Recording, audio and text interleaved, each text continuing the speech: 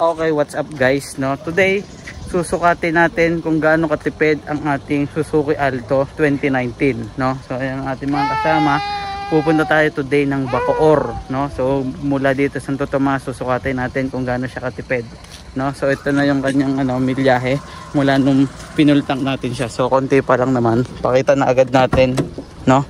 So yan, trip A, naka 7.7 kilometers tayo, no? So mamaya pagbalik, tatry natin i-full tank ulit para malaman natin kung gaano kalaki, at tuturuan ko din pala kayo kung paano mag-compute ng kilometers per liter ng inyong mga sasakyan, no? Kung sakaling di pa kayo marunong.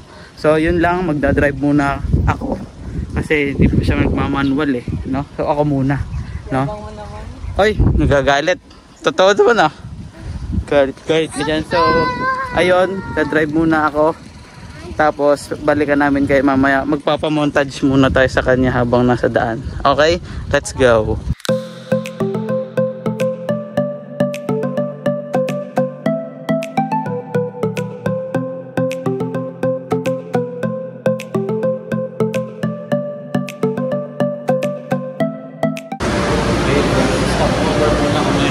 Kain muna tayo dito sa Tapaking kasi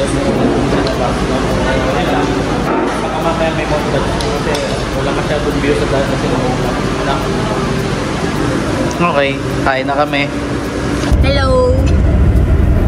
Kwento mo kung nasa na tayo. Nasa daan.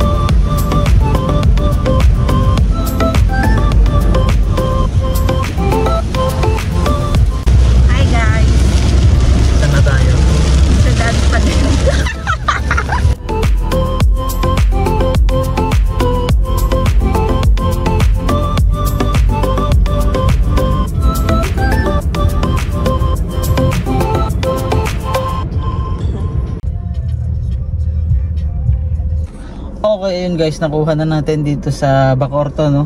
Bacoor yung kukuhain namin. So kung ano yun, abangan nyo na lang sa Facebook, pero baka bago ko to ma-upload na sa Facebook na, no? So update tayo sa ating gas consumption, no?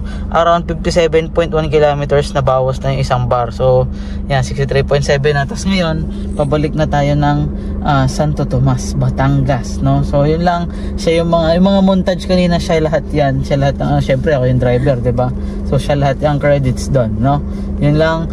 Transition na tayo ulit sa mga montage pag meron pa. Pag wala na ang sunod na clip nito ay magte-teleport na kami. Let's go! Hindi pa dito kakaliwa dito.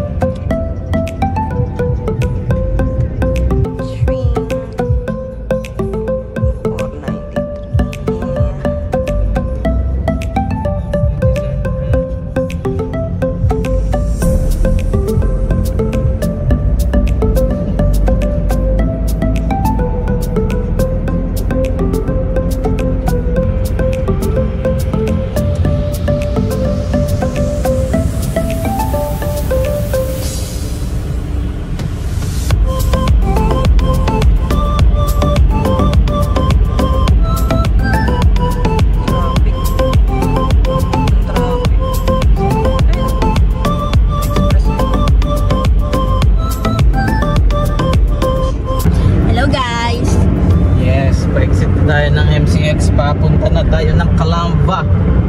Nasa daan pa din. Daan habang buhay.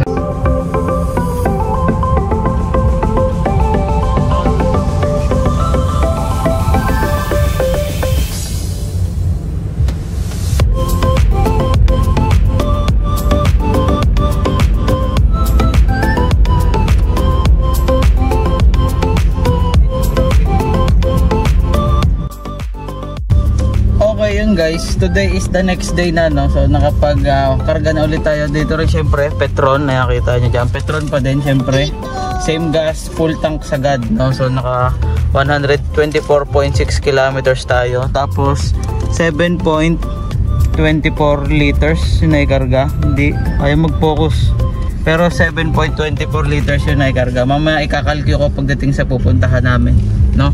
Kung ilang kilometers per liter pa ang nangyari. Ayan, nabayaran na. Ayan, ito 7.24 liters, no? So transition tayo na mabilis sa pupuntahan namin, tapos kakalculate ko sa inyo, no? Let's go.